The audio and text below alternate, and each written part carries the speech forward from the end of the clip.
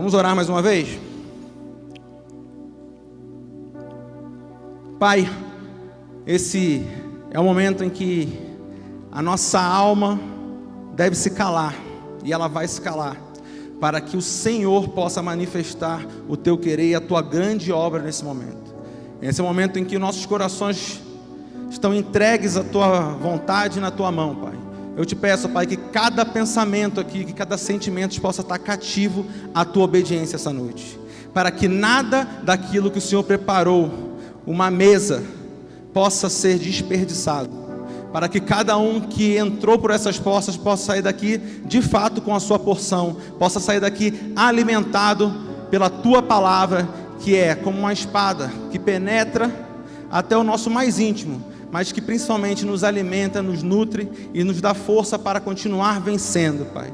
Em nome de Jesus, ó Pai, me usa como instrumento mais uma vez, porque eu reconheço as minhas limitações, mas eu reconheço o teu poder, Pai. E sei o que o Senhor é capaz de fazer, porque eu já vi maravilhas feitas através das tuas mãos, Pai. Então eu declaro que hoje, mais uma noite será uma noite de maravilhas. Mais uma noite será uma noite em que o teu destino para cada um de nós vai ficar mais próximo, porque a tua palavra irá nos conduzir, em nome de Jesus. Amém? Abram suas Bíblias aí em Gênesis 1, 2. E a terra era sem forma e vazia, e havia trevas sobre a face do abismo, e o Espírito de Deus se movia sobre a face das águas. Eu quero te dizer que qualquer mudança, tudo que nós precisamos, tudo isso começa com um movimento. A inércia não nos leva a nada, então precisamos de um movimento. Antes que tudo existisse, o Espírito já se movia. O Espírito tem uma característica de movimento, ele está sempre em movimento. E se nós somos portadores desse Espírito, nós precisamos também estar em movimento. E nesse momento você pode já estar pensando, rapaz, já vem mais uma cajadada, essa palavra vai ser aquelas palavras de confronto, desconfortáveis. E eu quero te dizer que sim, você está certo. Brincadeira, no final vai ficar bom, vai ficar legal. Mas primeiramente Deus quer nos falar, quer mexer com algumas coisas dentro de nós.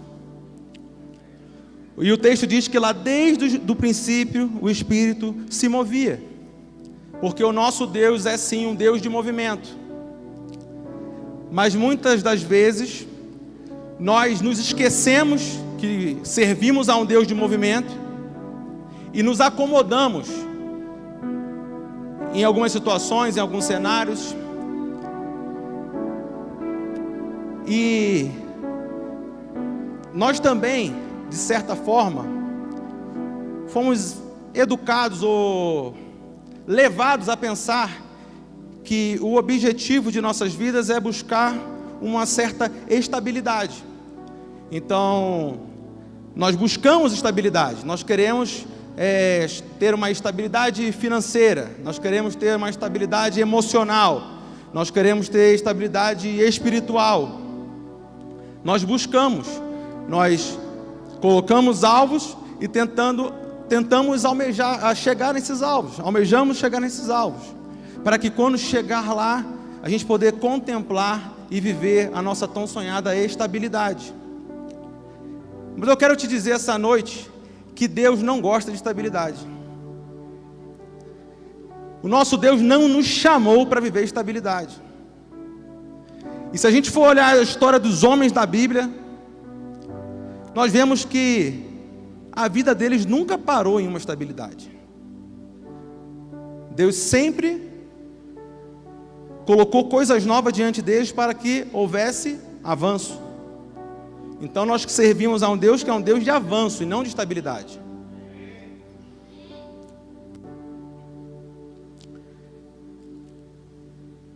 Se Deus gostasse de estabilidade, Ele teria criado o mundo, teria criado a gente. Estava tudo estável lá no céu, estava tudo tranquilo. Ele teria criado o diabo para arrumar dor de cabeça? Não teria criado o diabo. Se ele gostasse de estabilidade, ele não teria criado nada disso. Ou vamos além, se ele gostasse de estabilidade, ele teria criado o mundo como ele criou. Porque o mundo vive uma constante evolução. Ele poderia ter criado o mundo já com toda a tecnologia, com tudo que a gente precisa. Ele não precisava criar um mundo que precisasse viver uma constante evolução. Adão já poderia ter tido o iPhone, carro, jatinho, mas não é assim. Isso prova que nós servimos a um Deus que exige de nós avanço, que exige de nós movimento. Ele vive em constante movimento, a própria terra que ele criou está em movimento, ela não para. Então nós servimos a esse Deus que é um Deus de movimento.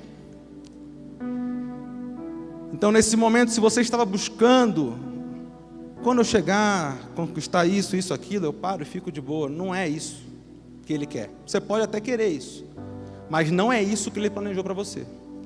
Porque ele quer que você viva constante evolução, constante avanço em todas as áreas de sua vida.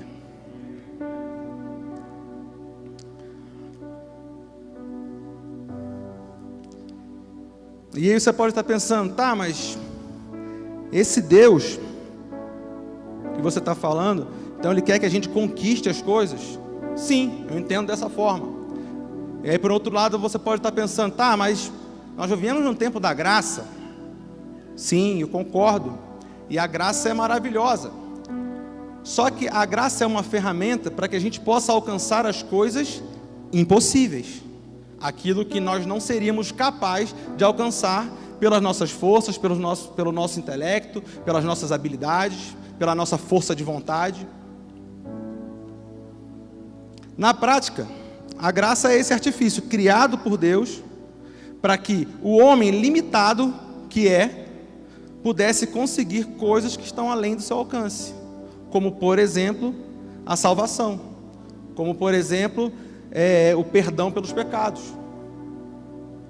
Então Deus criou a graça como um artifício para aquilo que nós não somos capazes de fazer. Tá bom, Renato, mas Deus ele pode dar aquilo que a gente tem capacidade de conquistar. Sim, Ele pode dar, mas eu quero te dizer que isso é uma exceção. Isso é um presente que Ele pode te dar. Mas em via de regra, o que a gente vê na história bíblica é que Ele forçou homens a avançarem e conquistar. A graça está aí para que nós possamos alcançar o que é impossível, meu irmão. Então não adianta você achar que a graça vai resolver tudo para você. Porque a maioria das coisas que você está esperando só precisa de vergonha na cara. Só precisa de movimento. Porque nós ouvimos coisas, recebemos promessas, mas ficamos esperando essas promessas acontecerem e serem geradas automaticamente. Eu falei que no final vai ficar melhor, fica tranquilo, não fica com raiva ainda.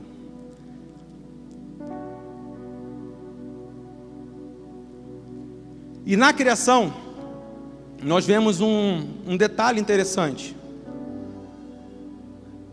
Deus criou todas as coisas através da palavra, vocês já sabem disso, através de comandos pela palavra. A única coisa que Ele criou com toque, com as próprias mãos, foi o homem. E isso nos alerta a algo, que o homem, o ser humano, ele precisa de toque. A natureza não precisa de toque. Pelo contrário, quanto menos a gente interfere na natureza, melhor ela fica. Quanto mais tocamos a natureza, mais estragamos a natureza. Mas o homem não. E na assinatura de Deus na criação, Ele deixou isso registrado. Ele falou, o homem precisa de toque. E por isso eu vou fazer ele tocando com as minhas próprias mãos. Nós estamos num momento de pandemia, onde nos foi retirado o toque. É claro, nós entendemos que é necessário. Mas só pense nas pessoas que estão ao seu redor, nas pessoas que você conhece. Quantas pessoas você sabe que entraram em depressão do seu ciclo de amizade, do seu ciclo de conhecimento ali, de pessoas que você conhece. Eu conheço inúmeras pessoas que eu nunca imaginei que pudessem estar vivendo essa situação terrível e estão vivendo, estão com acompanhamento médico, psiquiátrico, acompanhamento de viver na base de remédios. Infelizmente, porque a falta de toque, ela causa essa solidão, ela causa isso. Então o que eu quero te, abrindo essa janela aqui na pregação, te orientar, é que dentro da sua casa você ainda tem a liberdade de tocar, de abraçar. Então não deixe de fazer isso nesse momento. Muitas pessoas poderiam estar vivendo outra situação hoje, se tivessem abraços constantes, palavras constantes. E isso não acontece dentro de casa, porque essas pessoas que eu estou te citando, a maioria, 99% delas, não moram sozinhas. Elas moram com outras pessoas. Então a solução de algumas pessoas está nas suas mãos, no seu toque. Então o homem, ele precisa se relacionar, ele precisa dessa troca de afeto.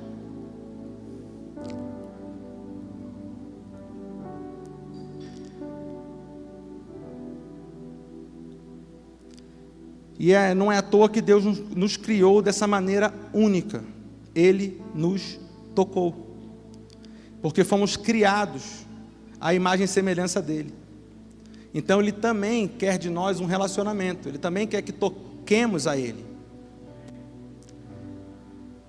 Existem vários exemplos na Bíblia sobre toque.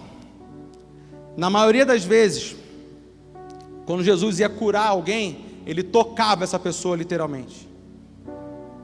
Existem curas que não houveram toque, mas a maioria delas foram curas através de toque. Vamos abrir em Marcos 1, 40.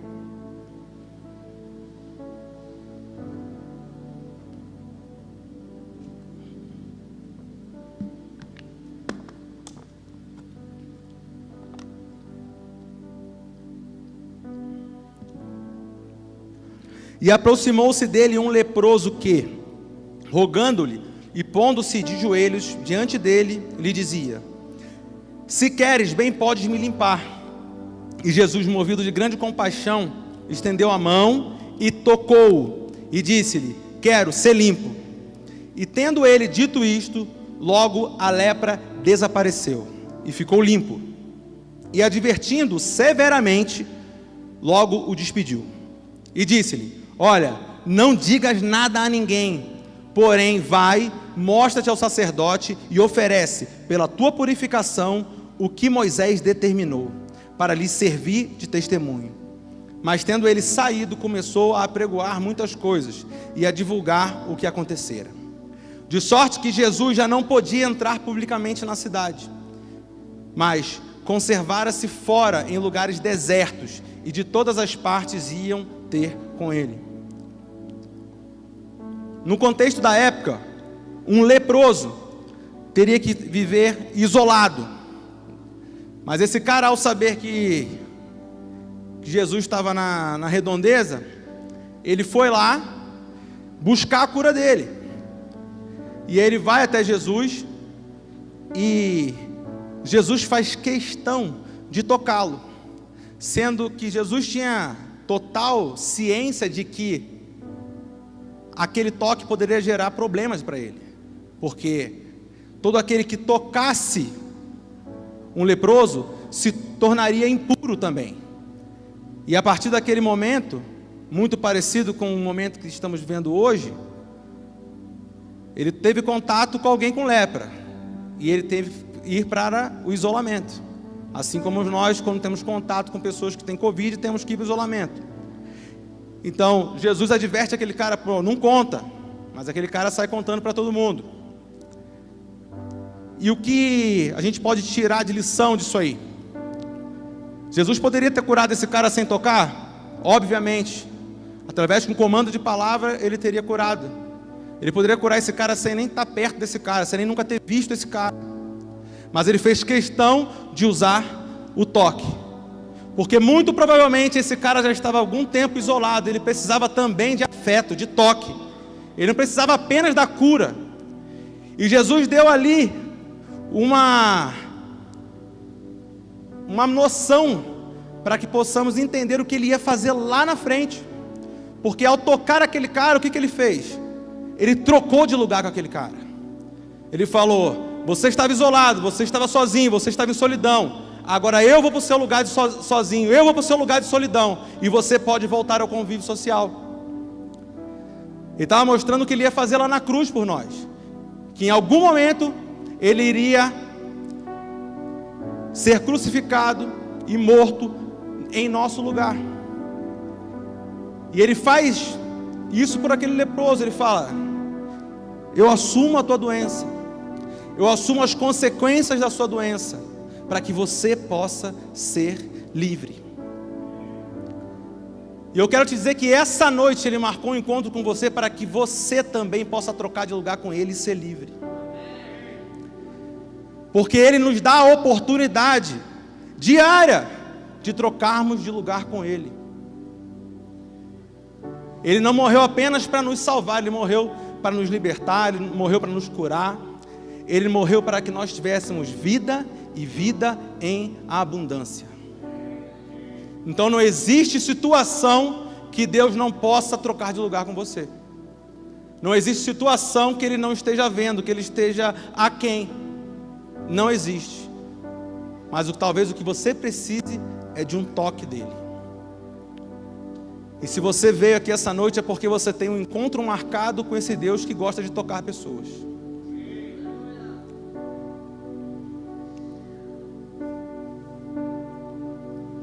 E Jesus, ao se declarar impuro, fica distante, mas a necessidade das pessoas em serem curadas quebraram os protocolos da época. Elas iam atrás de Jesus lá no deserto. Ele cumpriu a parte dele de estar isolado, mas as pessoas iam atrás dele.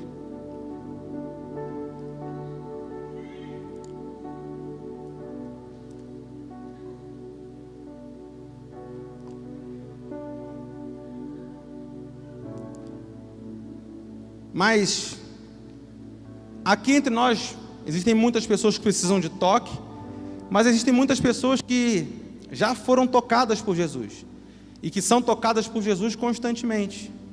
E o que essas pessoas precisam é se movimentar. Porque vemos um padrão também nas curas de Jesus. Além dele tocar, ele sempre recomendava algo. A cura de Jesus, ela não terminava no toque. Ele sempre dava alguma recomendação. E é isso que nós vamos ver aqui. Teremos muitos exemplos, eu separei apenas 3 exemplos para que a gente possa estar entendendo isso melhor. E se você precisa se movimentar, eu quero dizer que essa noite é uma noite também que Ele vai te dar forças para isso. Ele vai te dar forças para que você pare de esperar um milagre. Pare de esperar uma movimentação da graça de Deus, onde na verdade só precisa de força de vontade. A cura de um paralítico, Mateus 9, 6 e 7. Ora, para que saibais que o Filho do Homem tem sobre a terra autoridade para perdoar pecados, disse então ao paralítico: levanta-te, toma o teu leito e vai para a tua casa. E levantando-se, partiu para a sua casa. Jesus toca aquele homem, cura aquele homem, mas ele dá uma ordem: levanta-te, toma o teu leito e vai para a tua casa. Se esse cara além de ser curado, ele teve uma direção para que ele pudesse se movimentar. A cura não é um fim em si mesmo. O endemoniado Gerazeno, Marcos 5, 18 e 19. Quando Jesus estava entrando no barco, o homem que estivera endemoniado suplicava-lhe que o deixasse ir com ele. Jesus não o permitiu, mas disse: vá para sua casa, vá para sua família e anuncie-lhes quanto o Senhor fez por você e como teve misericórdia de você. Jesus cura e fala: se mova, faça algo. A cura de um cego, Marcos 8, 25. Mais uma vez, Jesus colocou as mãos sobre os olhos do homem, então seus olhos foram abertos e sua vista lhe foi restaurada, e ele via tudo claramente. Jesus mandou para casa dizendo: não entre no povoado. Todos esses toques de Jesus, assim como no caso do leproso, houve uma recomendação, houve uma ação a ser tomada. E eu quero te perguntar: quantas vezes Jesus te tocou? Em quantos cultos você foi tocado por Deus e falou: hoje, agora, isso vai acontecer, e não fez nada na segunda-feira? Quantas vezes Ele te curou de doenças físicas, na alma, emocionais, em qualquer área de sua vida? Quantas vezes você teve uma cura de Deus e a cura foi um fim em si mesmo, porque você não fez nada a partir dali? Eu quero te dizer que nem sempre Ele vai te falar claramente o que fazer, porque tem coisas que são óbvias. Se você está pedindo, sei lá, para passar num concurso, mas você não estudou, não foi buscar para saber que tipo de concurso estava aberto, se você não se inscreveu nesse concurso, se você não foi lá e fez a prova, você não vai passar nesse concurso, por mais que Deus tenha falado a verdade. Agora, Ele precisava te mandar fazer todas essas etapas? Elas são óbvias. Agora, quantas coisas óbvias você deixou de fazer para que você hoje pudesse estar mais próximo do seu destino, mais próximo da promessa que Deus te deu? Quantas coisas óbvias você não fez? Porque Deus não vai parar, vai mandar um anjo para te dizer que você tem que fazer coisas que são óbvias. Ele te dotou de inteligência. Vou dar uma chance de você dizer que Deus te dotou de inteligência, você confirmar isso. Ele te dotou de inteligência. Amém, pô. Achei que pouca gente era dotada de inteligência aqui, mas agora eu vi que todos são. E eu quero te dizer que esse não pode ser mais um culto onde Deus te toca e nada acontece. Onde Deus te toca, você sai empolgadinho, ou até você recebe de fato uma cura, recebe uma promessa, mas passada a semana nada acontece, você nem lembra mais. Porque o toque de Deus em nossas vidas, ele é constante, mas o toque exige uma movimentação. O toque exige um movimento de nossa parte. O toque de Deus não pode ser um fim em si mesmo. Porque a gente fica clamando por um toque, por uma palavra, por uma direção, mas essas coisas acontecem e a gente para ali. E aí a gente fica esperando o próximo culto, onde Deus vai tocar de novo, onde Deus vai tocar de novo, onde Deus vai tocar de novo, e você não saiu do lugar. O Espírito do nosso Deus se move. Ele é um Deus de movimento. Porque o Espírito vive em movimento. E a partir do momento que recebemos Ele através de um toque, não podemos mais ficar parados. Porque o movimento em nós é a evidência da habitação do Espírito. Se você vive parado, alguma coisa está errada.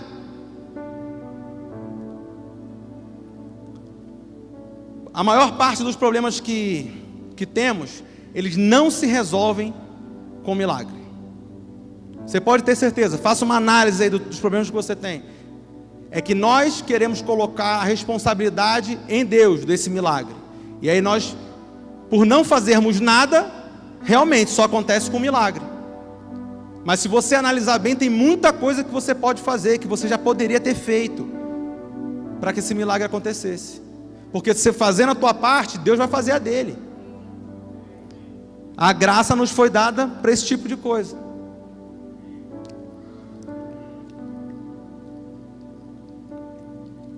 Então você tem que tomar essa consciência que todo toque de Deus em nossas vidas exige de nós uma movimentação.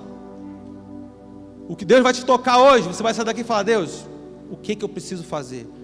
Ah, Deus não falou nada, então peraí, o que é óbvio? O que eu sei que eu tenho que fazer agora, rápido?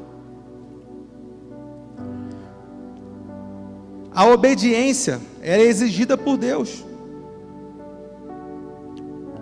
Ou aconteceu o que aconteceu com Adão e Eva, por quê? Por falta de obediência. E uma característica da obediência é que a obediência precisa ser imediata. Porque o não obedecer na hora já é desobediência. Você já escolheu desobedecer, porque você não está fazendo. Eu passo isso muito com meus filhos. Tem uma filha de 2 anos e um filho de 5 anos. E nem sempre eles obedecem um comando de primeira. E aí você tem que falar a segunda vez, a terceira vez. Por quê? Porque no nosso entendimento ele já está desobedecendo. Porque se eu mandei ele fazer algo, se eu mandei ele fazer qualquer coisa e ele não fez, isso já é desobediência. Então quando Deus te pede algo e você não faz, você já está em desobediência. Então você precisa entender que quando Deus pede algo, Ele tem urgência. Ou você acha que Deus não tem o que fazer? Se Ele parou para falar contigo, é porque Ele tem urgência naquilo ali. Tipo, meu irmão, vai lá e faz, porque vai acontecer algo. Quantas pessoas você conhece que vivem reclamando da vida, vivem reclamando do seu problema, mas entra ano, sai ano, e você nunca viu ela fazer nada para mudar? Ela continua com os mesmos problemas. Todos nós temos problemas, todos nós temos dias maus. E eu quero te dizer que problemas, só existem 2 tipos de problemas. Classifiquei aqui em 2 tipos. Um problema que você mesmo arruma, ou um problema que Deus coloca na sua vida, que Deus arruma para você. Só existem 2 tipos de problemas. Os problemas que você arruma, eles são consequência de suas escolhas, atitudes, daquilo que a gente faz de errado, e a consequência é gerar algum problema.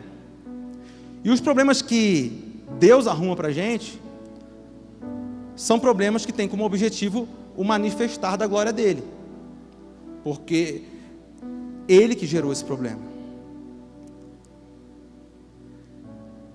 E esses problemas do segundo grupo, que Deus arruma, na maioria das vezes, é porque Ele nos quer ensinar algo, que sem aquele problema, a gente não aprenderia. Então Ele nos coloca diante de um problema para que a gente possa aprender algo. E esses problemas do grupo 1, que são os problemas que nós mesmos arrumamos, eles dependem do nosso arrependimento, dependem de perdão, dependem de ajuda de Deus. Eles são problemas que, de certa forma, você entende, nós entendemos o porquê de estarmos vivendo aquilo. Que a gente analisa e fala: realmente, se eu não desse aquela vacilada, eu não precisava viver isso agora. Então são problemas que a gente consegue identificar a origem. Agora, os problemas do grupo 2, são esses problemas que caem no nosso colo. Esse tipo de problema, ele gera confusão na nossa mente. Porque primeiro, a gente começa a querer investigar e entender o que eu fiz para que isso acontecesse. A gente começa a querer saber onde foi que eu errei para que esse problema tivesse acontecido comigo. E aí ficamos querendo entender, e depois de uma longa investigação, a gente continua sem resposta, porque não foi um problema que a gente causou. São aquelas situações que a gente para e pensa: Deus, por que isso está acontecendo comigo? O que eu fiz para merecer isso? E esse segundo tipo de problema tem uma exclusividade nele, porque eles foram gerados para a manifestação da glória de Deus. E alguns nessa hora estão pensando: rapaz, mas vai ter que vir glória na minha vida, porque tanto problema que eu não entendo de onde veio. a glória de Deus vai vir, meu irmão. E o caso mais clássico que eu posso te mostrar na Bíblia como exemplo é o caso de Jó. Jó não fez nada para arrumar aquele tanto de problema. É um problema do grupo 2 ali. São problemas que foram criados e entregues por Deus a Jó. E eu tenho certeza que por mais que você tenha muitos e muitos e muitos problemas, que você não saiba de onde surgiram, eu posso te garantir que tu não teve mais problemas ou não tem mais problemas que Jó. Se tem um cara que Deus arrumou problema para a vida dele, o nome desse cara é Jó. Se você me provar que tem mais problema do que Jó, eu me comprometo a te ajudar pessoalmente. Pode me procurar no final do culto. Agora você pensa a vida de Jó. O que a Bíblia faz? Fala que Jó era um homem irrepreensível. Era um homem próspero, abençoado. Jó estava vivendo o quê? Estabilidade. Estava tudo bom, tudo maneiro, tudo dando certo. Família, trabalho, vida com Deus. O próprio Deus fala que ele era top. Mas a gente falou lá no início que Deus não gosta dessa coisa chamada estabilidade.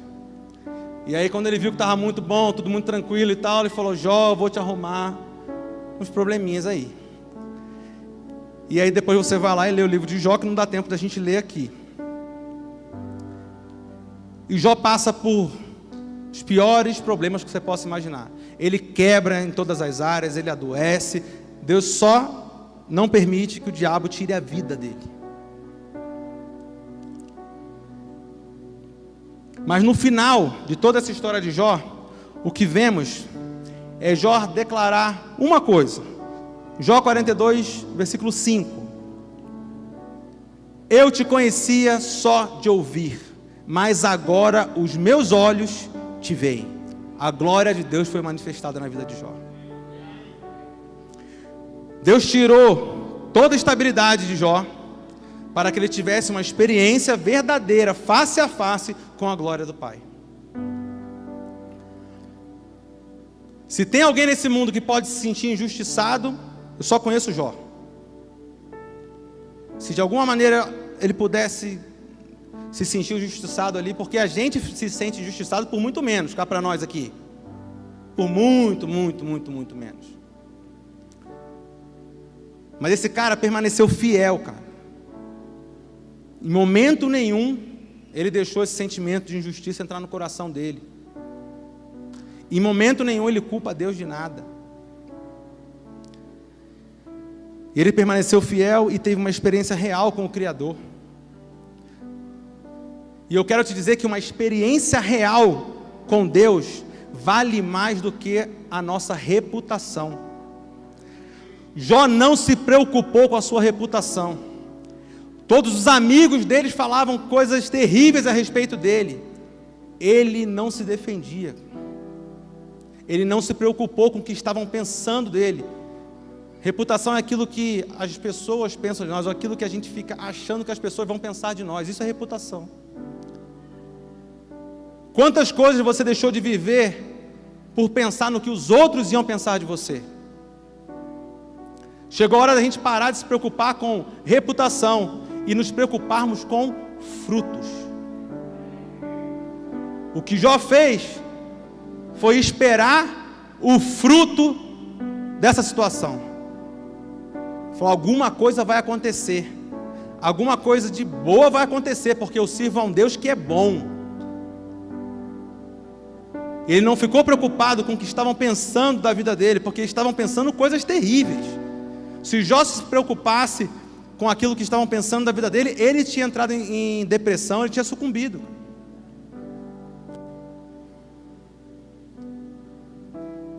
Vivemos um tempo de exposição em mídias sociais, em redes sociais, onde a reputação está falando muito alto. Então eu quero te dizer, meu irmão, não permita que a reputação venha tirar a tua paz. Não permita que a reputação te impeça de viver aquilo que você tem para viver em Deus. O que importa para mim e para você é o que Ele pensa a meu respeito. É o que Ele pensa a teu respeito. Não pode ser o que os outros estão pensando. Abandona isso. Isso é uma prisão.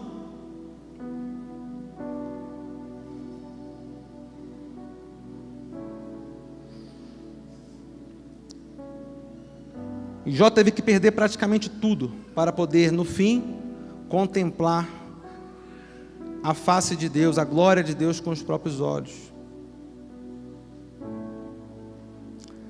E eu quero te dizer que Deus, Ele sabe o que cada um de nós precisa aprender, individualmente.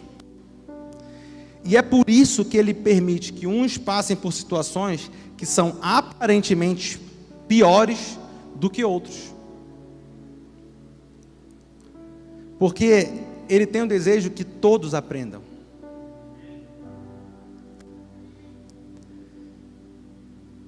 Eu sei que muitos de vocês sonham em ter uma vida estável, mas eu quero te dizer que se você caminhar com Deus, isso não vai acontecer.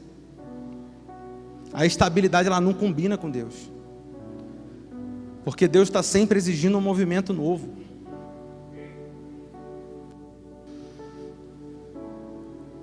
E não é à toa que Ele criou um livro e deixou esse livro aqui, que é a Bíblia, que é um livro que você tem que ler ele para sempre, que você pode ler ele inúmeras vezes, que você nunca vai conseguir esgotá-lo.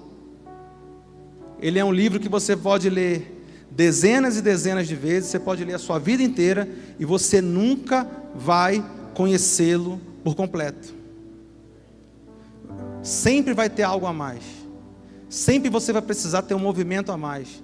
E cada vez que você lê, cada vez que você mergulha ali, tem coisa nova. Parece que é a primeira vez que você está lendo. Tem alguns trechos que você fala, não é possível que eu não vi isso aqui. Já passei por aqui dezenas de vezes e nunca vi isso. Não é possível que isso estava escrito aqui. Deus é um Deus de movimentos contínuos, infinitos. Ele é um Deus infinito. Então não fique você achando que caminhar com Deus é chegar num lugar e que beleza. Não, não é. Só que é muito melhor que isso, porque Ele nos faz viver cada vez coisas melhores e maiores. Ele nos faz viver aquilo que não imaginamos, não pensamos. Ele faz você atingir coisas que você jamais pensou em atingir, porque Ele vai exigir um contínuo movimento.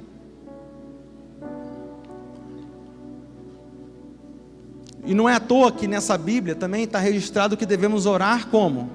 Sem cessar. Deus é um Deus de movimento contínuo. Ele deixou a assinatura dele em várias questões. Qual é o mandamento universal que Ele deixou, que Jesus deixou para todos os seus discípulos, que somos todos nós? Ide. Ide é o quê? É um movimento contínuo. Você nunca para de ir. Ide. Deus é um Deus de movimento. Até para pedir, a palavra dele nos ensina que devemos pedir, pedir, pedir, pedir, bater, bater, bater, bater. Deus é um Deus de movimentos. Deus quer fazer de nós pessoas insistentes com Ele. Porque mesmo antes de sermos criados, esse Espírito já se movia sobre a face das águas. E hoje a Bíblia fala que nós somos a casa desse Espírito que se move. Agora você acha que esse Espírito que se move quer uma casa parada, sentada no sofá? É disso que Ele se agrada? Uma das maneiras que o Espírito tem de se manifestar é através da palavra. Quero que vocês abram em Marcos 4.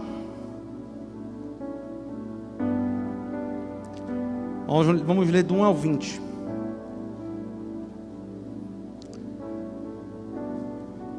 Voltou Jesus a ensinar à beira-mar, e reuniu-se numerosa multidão a ele, de modo que entrou num barco, onde se assentou, afastando-se da praia.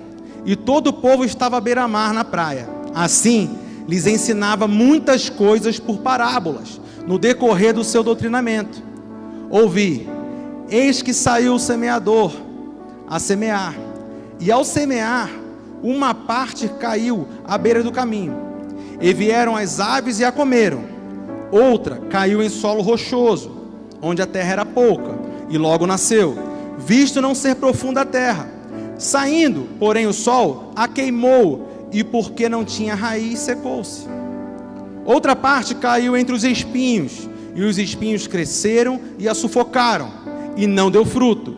Outra, enfim, caiu em boa terra, e deu fruto, que vingou e cresceu, produzindo a 30, a 60 e a 100 por um. E acrescentou: quem tem ouvidos para ouvir, ouça. Quando Jesus ficou só, os que estavam junto dele, com os 12, os interrogaram a respeito das parábolas. E ele lhes respondeu: a vós outros vos é dado conhecer o mistério do reino de Deus, mas aos de fora tudo se ensina por meio de parábolas, para que, vendo, vejam e não percebam, e ouvindo, ouçam e não entendam, para que não venham a converter-se e haja perdão para eles. Então lhes perguntou: não entendeis essa parábola? E como compreendeis todas as outras? O semeador semeia a palavra. O semeador semeia a palavra, está vivo ainda. São estes os da beira do caminho, onde a palavra é semeada. Enquanto a ouvem, logo vem Satanás e tira a palavra semeada neles. Semelhante são estes os semeados em solo rochoso, os quais, ouvindo a palavra, logo a recebem com alegria. Mas eles não têm raiz em si mesmos, sendo antes de pouca duração. Em lhes chegando a angústia ou a perseguição por causa da palavra, logo se escandalizam. Os outros, os semeados entre os espinhos, são os que ouvem a palavra, mas os cuidados desse mundo, a fascinação das riquezas e as demais ambições, concorrendo, sufocam a palavra, ficando ela infrutífera. Os que foram semeados em boa terra são aqueles que ouvem a palavra e a recebem, frutificando a 30, a 60 e a 100 por um. Esta é uma das poucas parábolas que o próprio Jesus faz questão de explicar. Ele dá a parábola e ele explica o significado dela. Se o próprio Jesus fez questão de explicar essa parábola, isso nos dá um alerta importante aí. Essa é uma parábola importante. Ele não quis correr o risco de que ninguém interpretasse essa parábola de maneira errada. Essa também é uma das poucas parábolas que se repetem em 3 evangelhos. A mensagem nela embutida é fundamental para que possamos continuar em movimento. Mas que movimento? O movimento de espalhar sementes. Mas não adianta querer espalhar sementes sem entender a raiz deste movimento. A semente é o evangelho.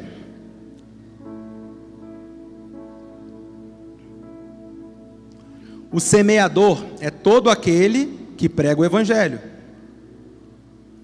E o solo é o coração do homem. O nosso coração é o solo, é a terra.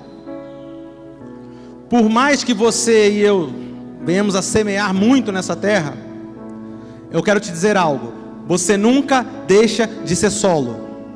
Eu nunca vou deixar de ser solo. A maior parte do tempo nós somos solo, terra. Não importa se você é o maior pregador da face da terra, na maior parte do tempo você precisa reconhecer que você é solo, que você é terra. Muitos começam a jogar umas sementes por aí e esquecem que são solo. E essa é a pergunta que cada um de nós deve fazer a si mesmo. Será que eu esqueci de ser solo? E por que eu não posso nunca esquecer que a maior parte do tempo eu sou solo? Porque eu preciso receber a palavra o tempo todo. Porque a palavra é semente, o solo recebe semente. Se eu começo a achar que eu sou semeador, e esqueço que eu sou solo, eu paro de receber. E eu começo a entregar semente que não presta. Então, se você é solo, você precisa estar constantemente recebendo semente. E como é que você recebe essa semente? Buscando a semente, porque você é um solo que tem perna, que tem olho, que tem braço, que tem vista, que tem inteligência. Então é você que corre atrás dessa semente. Vai buscar Deus, porque é assim que um solo se mantém frutífero, saudável.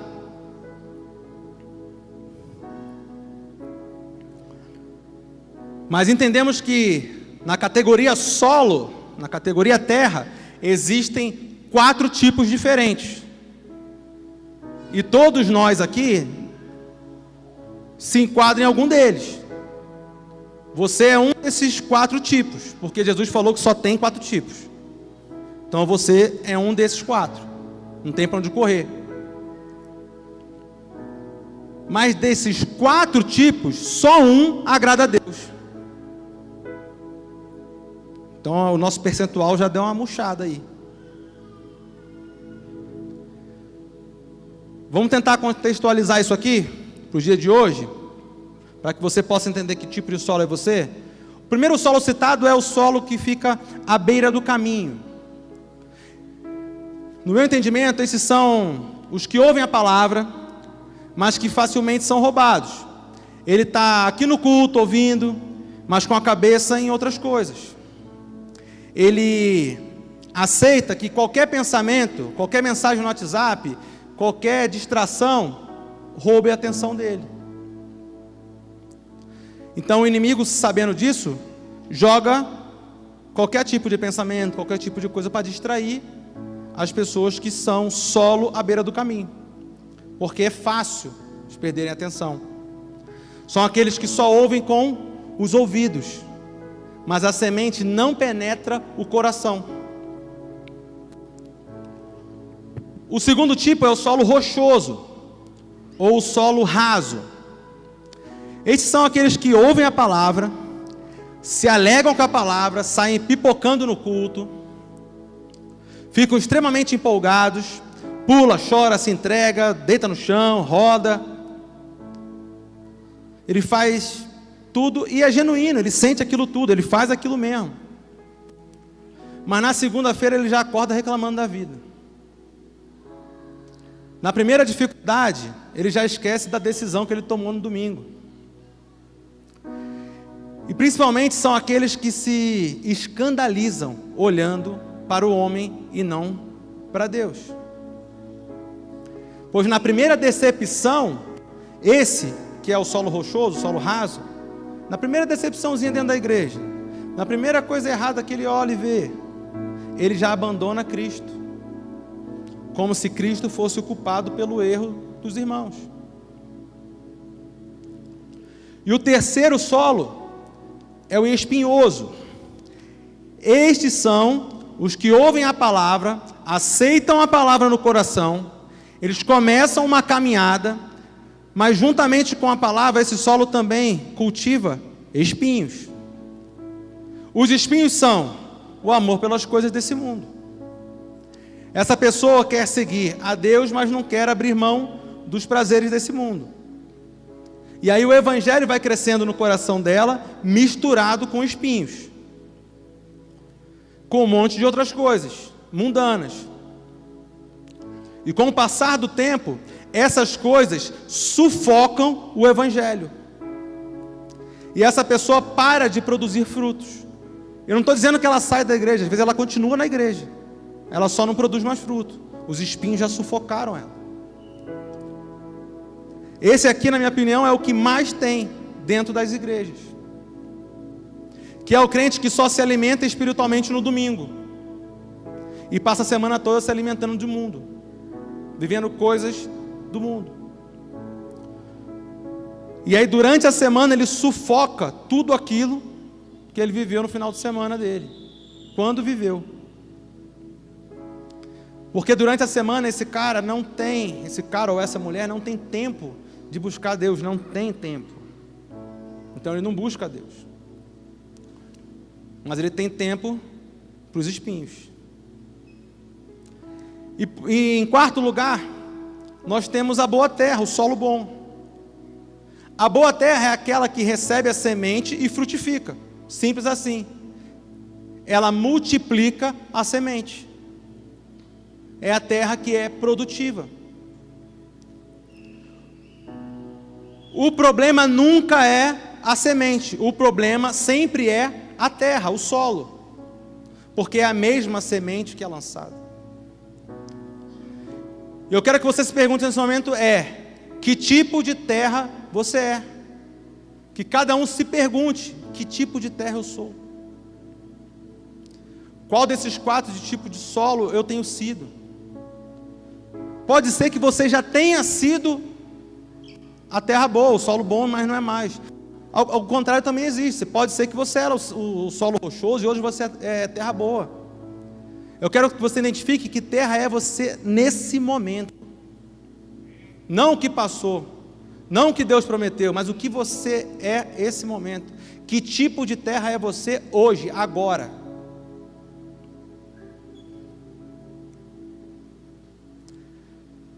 Para que nunca esqueçamos o que somos, a Bíblia deixou registrado o seguinte, Gênesis 3,19. No suor do rosto comerás o teu pão, até que tornes a terra, que volte à terra, pois dela fostes formado, porque tu és pó, e ao pó tornarás. Você é terra, eu sou terra. A parábola do semeador serve para que nunca esqueçamos de onde viemos.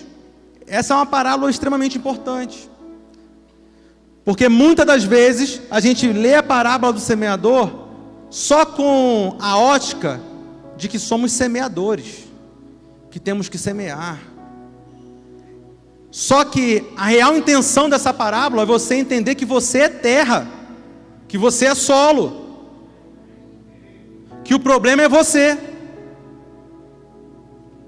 que o problema sou eu. Se a gente esquece, e é isso que o inimigo quer, que a gente esqueça que a gente é solo, porque aí a gente fica preocupado só em semear, porque a gente é semeador. E aí quando eu esqueço que eu sou solo, eu esqueço que eu sou o problema. E eu preciso lembrar constantemente que eu sou solo, e que tipo de solo eu estou sendo hoje, no agora. Eu preciso me lembrar disso todos os dias. Porque é isso que me faz frutificar ou não. O tipo de solo que eu sou. Não o tipo de semente que eu recebo. Porque a semente é sempre boa. Ela é a mesma.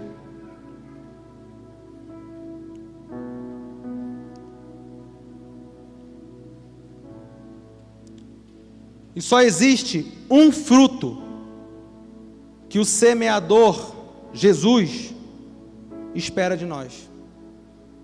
Só existe um fruto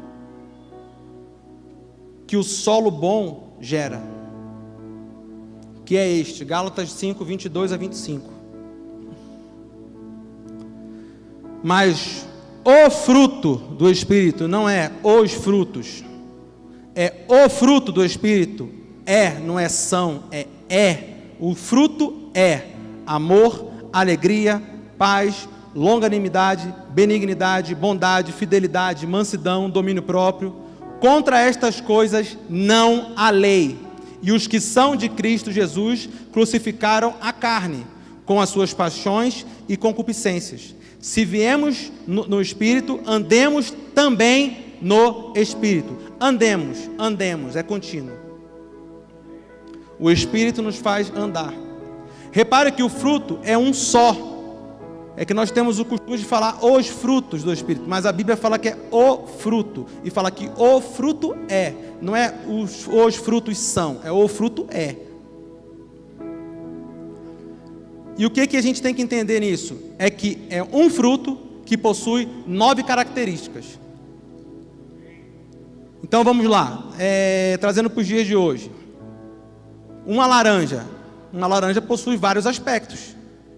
Então, para ser laranja, ela tem que ter o bagaço, o caroço, o sabor de laranja, tudo isso, para estar na família laranja. Porque o limão parece laranja, mas ele tem características diferentes. Então, ele não é laranja, ele é limão. Então, adiantou o limão ter algumas características da laranja? Ele continuou sendo limão. Então não adianta a gente ter algumas características, a gente praticar e agir com algumas características desse fruto. O que o Espírito espera de nós é a plenitude dessas características. O fruto é um só. Se eu não tenho todas essas características, eu não estou produzindo fruto. E isso é sério. Porque tem gente que acha que pode fazer umas coisas, se enquadrar em algumas coisas, em outras não. Mas o que a Bíblia nos diz é que o fruto, ele precisa estar completo. Senão ele não é fruto. Ele é ou não é. E para ser, ele precisa ter tudo isso.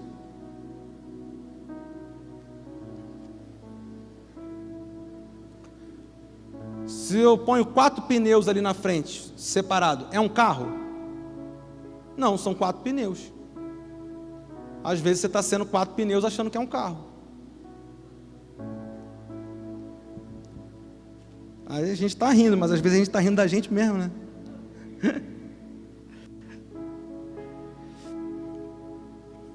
Então não adianta a gente ter só algumas características. Não adianta. O que a palavra exige de nós, o que o Espírito gera em nós, são todas as características. Porque essas são as características dele. E se eu tenho ele e eu sou uma terra boa, esse fruto brota. O fruto só é fruto em sua totalidade. Nós precisamos que essas 9 características andem juntas. Esse é o nosso dever. Tá, mas aí você está querendo dizer que então a gente tem que ser perfeito? Não necessariamente, até deveria. Mas uma vez ou outra você vai dar uma vacilada em uma dessas áreas. O problema é você abandonar essas características achando que não precisa de algumas delas. Eu preciso ter todas elas em dia. Agora, como eu sou falho, em alguns momentos eu vou vacilar em alguma delas, mas no outro dia eu volto atrás. Eu vou lá. Eu conserto aquilo. O que não pode é você abandonar algumas características dessas com a desculpa que, é meu temperamento, é meu jeito, é isso, é aquilo. Não, a Bíblia não dá exceção aqui. O fruto do Espírito é, ponto. É. Ou não é. Então não vem culpar outras coisas, não vem culpar qualquer outra coisa. Você tem que ser alguém com essas 9 características. Eu quero te convidar nesse momento a fechar os seus olhos e abaixar as suas cabeças. E eu quero passar rapidamente aqui por tudo aquilo que a gente já falou. Essa noite, nós entendemos que o Espírito Santo é um movimento. E é um movimento contínuo. Ele não para.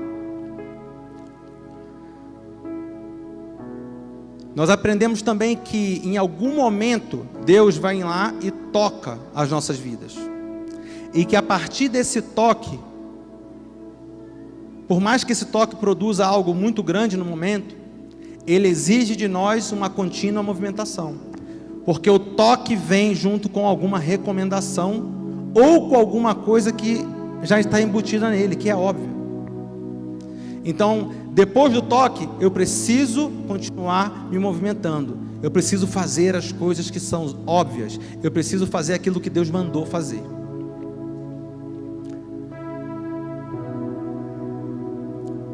E todos os dias eu preciso me movimentar em direção à minha promessa. Se eu tenho promessa, eu preciso me movimentar. Eu preciso fazer algo em direção a essa promessa. Aprendemos também que às vezes passamos a vida inteira buscando estabilidade, mas que Deus não é um Deus de estabilidade. Ele é um Deus de movimentos contínuos, de avanço contínuo. Ele busca sempre evolução em todas as áreas das nossas vidas. A estabilidade não combina com Deus, porque nós servimos a um Deus de medidas transbordantes. Então, pensar em estabilidade é limitar o que Deus pode fazer. Vimos que, por mais que também sejamos semeadores, nunca deixaremos de ser solo. A terra é nossa essência desde o Éden. E que é muito importante sabermos que tipo de solo nós somos. E para saber que tipo de solo eu sou, eu preciso saber que tipo de fruto eu estou produzindo. Então é necessário olhar os frutos, porque eu preciso produzir um fruto apenas, que é o fruto do Espírito.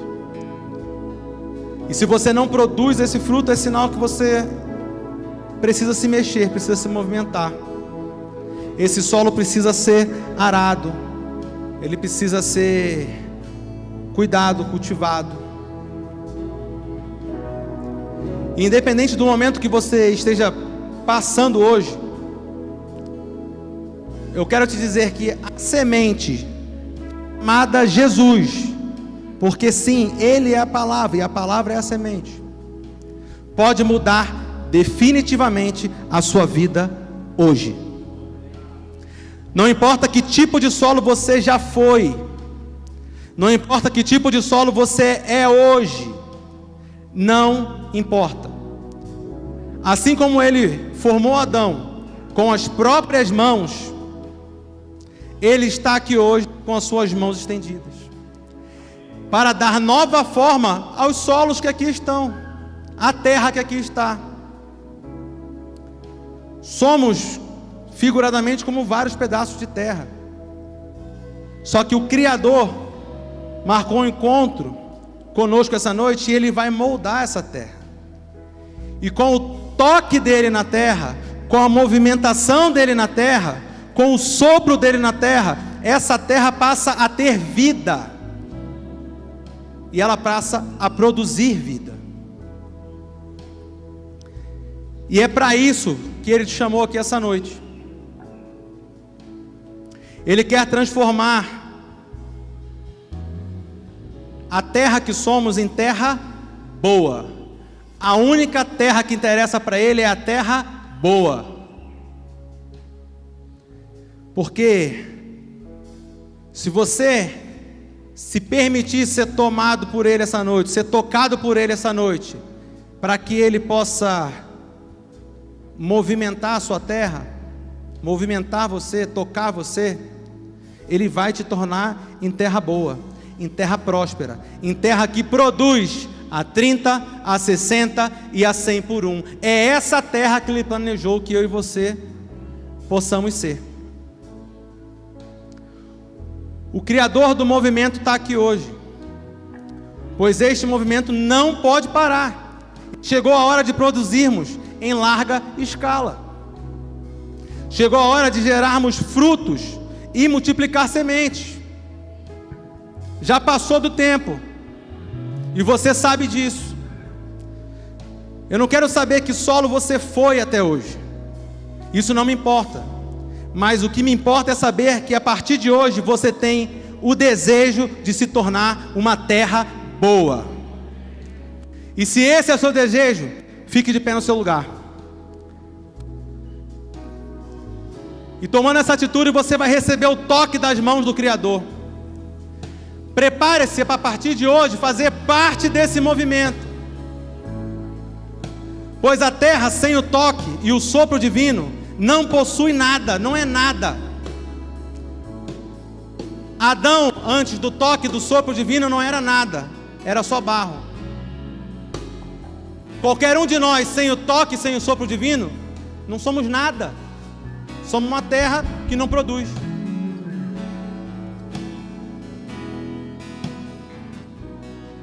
E a partir dessa atitude de se levantar e dizer: Deus, eu quero ser uma terra boa.